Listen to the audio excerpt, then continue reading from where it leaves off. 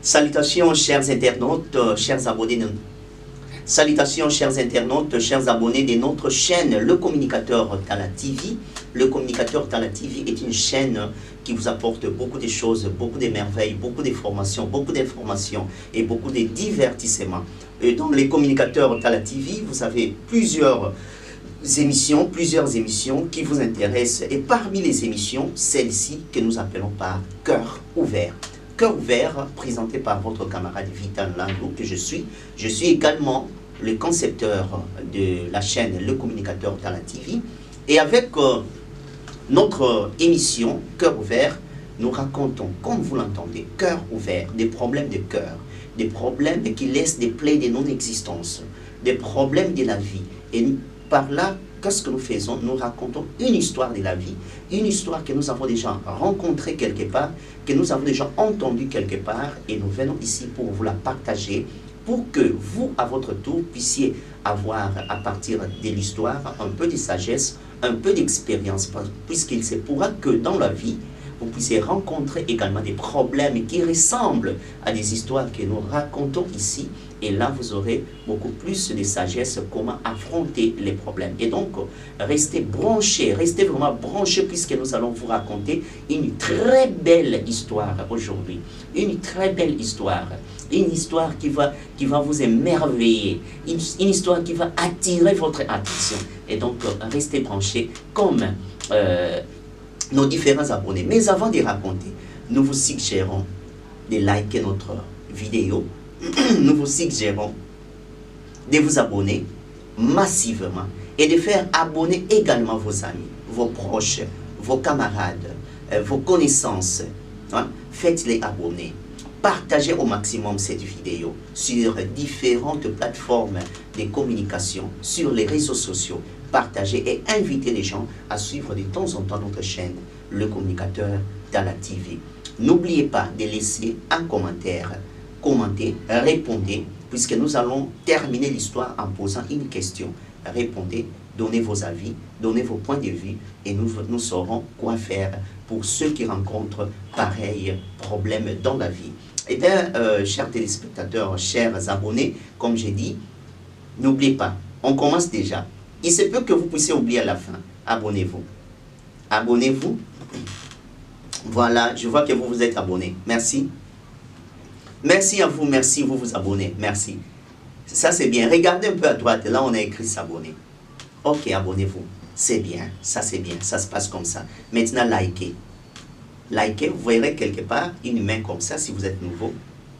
Likez, merci, merci, et à la fin vous laisserez un commentaire. Mais n'oubliez pas de partager la vidéo.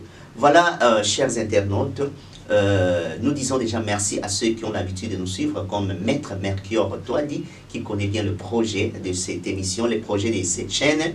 Maître Mercure Toadi, moi je le fais comme ça. Et pourquoi pas notre jeune sœur qui est en communication à l'université Joseph Kasavubu, Perside, en tout cas Perside, il y a trop.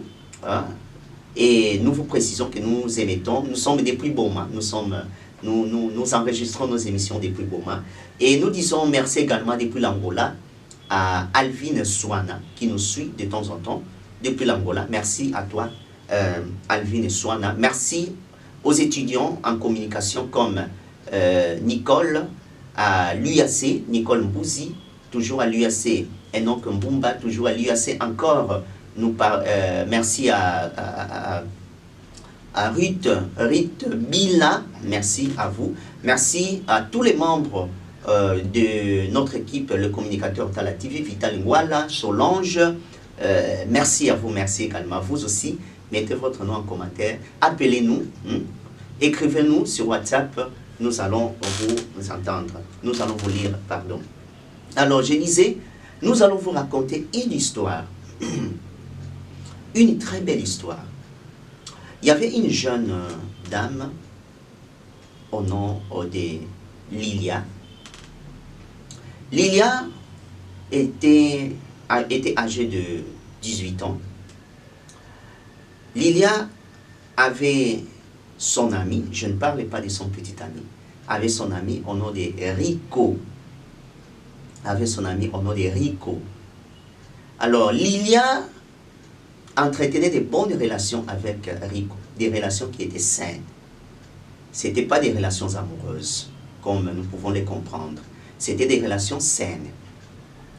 Lilia entretenait de bonnes relations à telle enseigne que beaucoup de gens pensaient déjà qu'ils avaient des relations, qu'ils développaient des relations amoureuses entre les deux. Mais Lilia, quelque part, espérait qu'un jour, Rico pourra lui demander sa main. Pourtant, ce n'était pas dans les plans de Rico.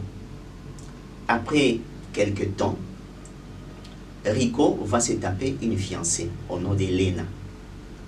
Quand Rico se tape une fiancée au nom d'Elena, qu'est-ce qui va se passer?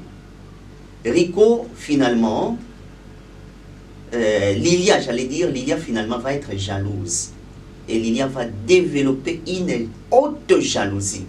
Je dis bien une haute jalousie. Et après avoir développé toute cette jalousie, et elle commençait à le dire ouvertement à Rico. En même temps, Lilia faisait la médecine. Elena, c'était une femme, elle a fini des études secondaires et c'était fini. Il y avait déjà un complexe.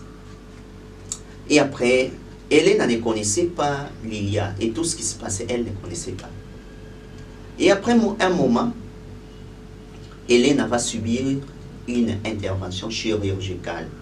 Après plusieurs années, Lilia était devenue médecin. Et qui va intervenir? C'est Lilia.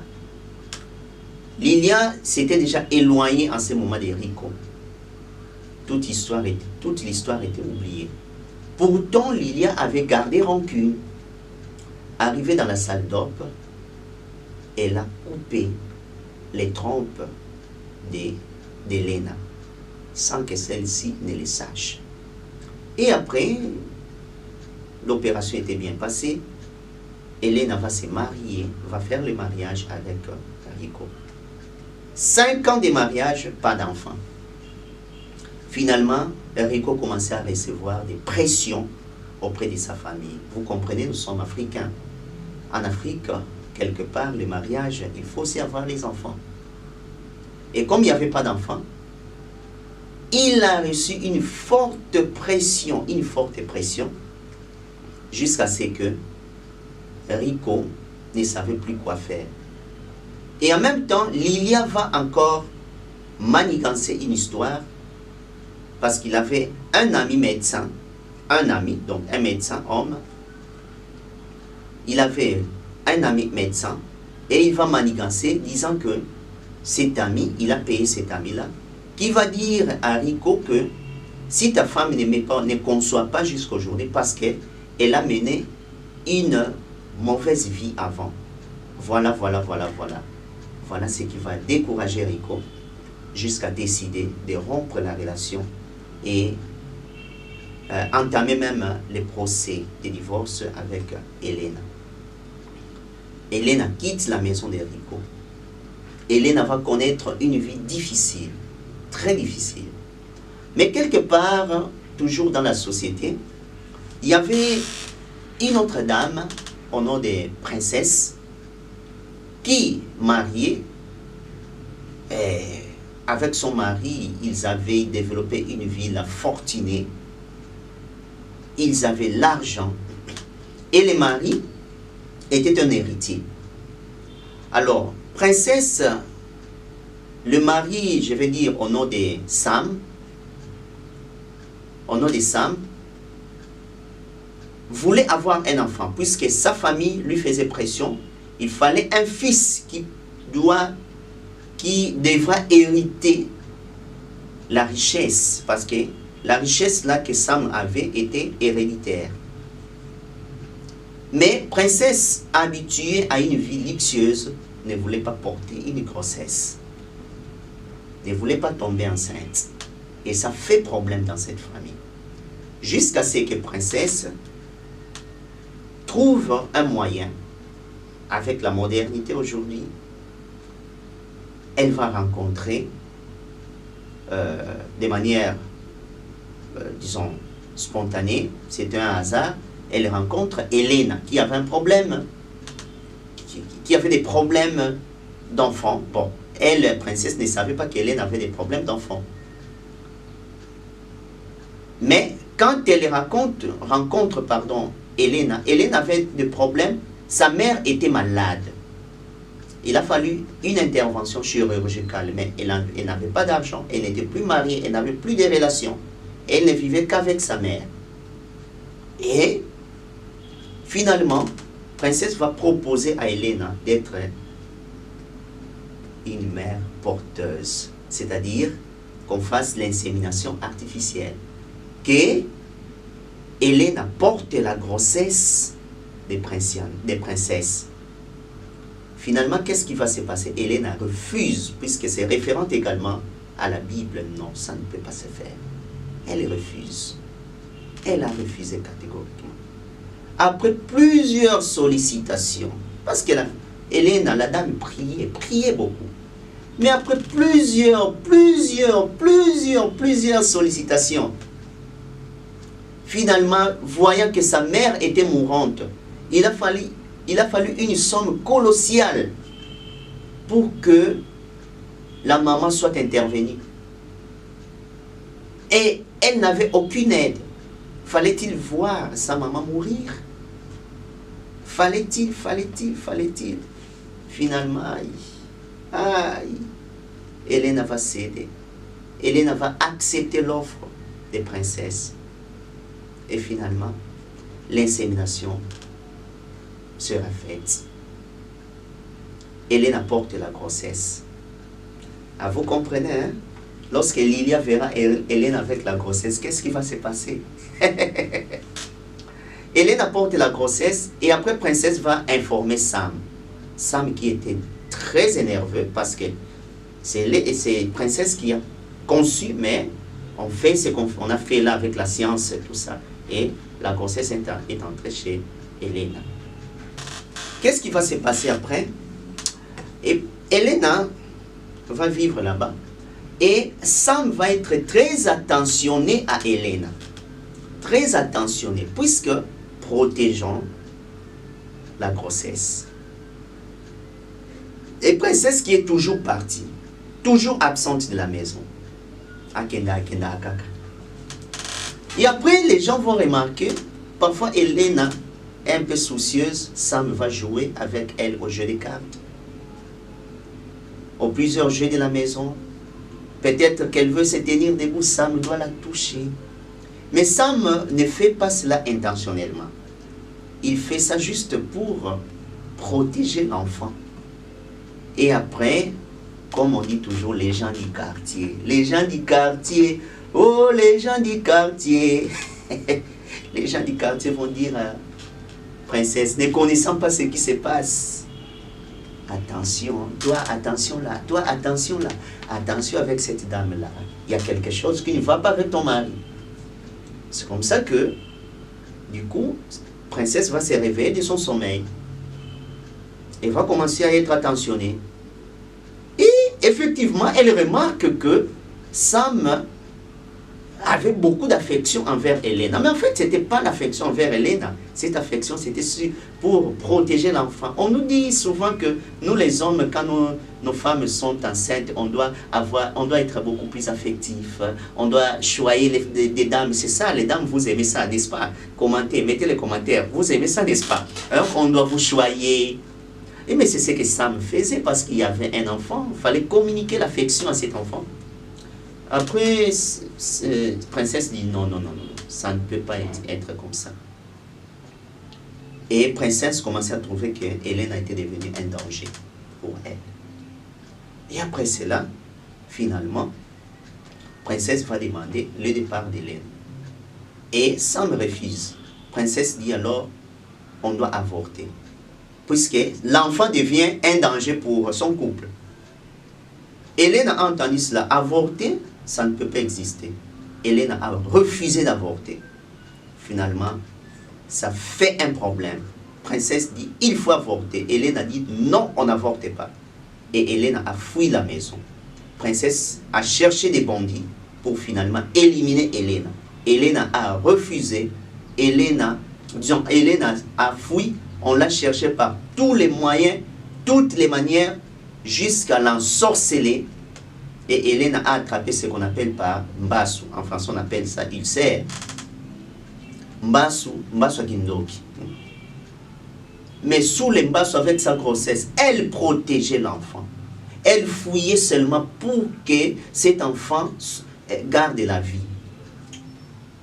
Et après, Hélène, dans la souffrance, va accoucher. Dans la souffrance, va accoucher par césarienne. Et elle a même frôlé la mort. Avant même qu'on l'opère, on lui demande, non, on va te sauver, mais on doit tuer l'enfant. Elle dit, non, c'est mieux que moi je meure et que cet enfant vive. Mais connaissant que ce n'était pas son sang. Et Hélène a sauvé l'enfant. Dieu aidant, la maman n'est pas morte. Hélène était aussi en vie. Et Princesse a cherché à ce qu'on élimine même l'enfant pour qu'il n'y ait plus de relation entre Sam et Hélène. Et Hélène s'est enfuie, a protégé davantage l'enfant jusqu'à l'âge de 6 ans. À l'âge de 6 ans, Hélène revient vers Sam et Princesse remettre l'enfant. Hélène revient remettre l'enfant. Que cet enfant ne m'appartient pas, c'est votre enfant. Je l'ai juste sauvé. J'ai juste souffert pour qu'il soit en vie. J'ai juste accepté. J'ai juste voulu accepter même de frôler la mort. Vouloir même mourir pour que cet enfant vive. Et Sam qui se pose la question, la mère de mon fils, où est la vraie mère de mon fils? Où est la mère de mon fils? L'histoire s'arrête par là. Commentez, répondez. Où est la vraie mère du fils? Vous êtes chrétien. Répondez en chrétien. Puisque l'insémination, dans le christianisme, je pense que ça ne passe pas. Au moins que je ne m'abuse. Répondez en tant que moraliste. Puisqu'il fallait protéger la vie de l'enfant. Mettez les commentaires. Et n'oubliez pas de vous abonner si vous avez oublié. Abonnez-vous, likez la vidéo, partagez au maximum et restez connectés, restez branchés avec nous pour suivre toujours de temps en temps des histoires et d'autres émissions que nous mettons dans notre chaîne Le Communicateur Tala TV. Et cette histoire, vous pourrez aussi la trouver en cinéma qui réalise les clans Magnificat qui est fort en cinéma. Voilà, merci beaucoup à vous tous qui nous avez suivis. Merci à vous tous et restez abonnés, restez toujours branchés. C'était là votre camarade Vital Landou, les concepteurs de Communicateur Tala TV. N'hésitez pas de nous écrire sur notre numéro WhatsApp, notre compte WhatsApp.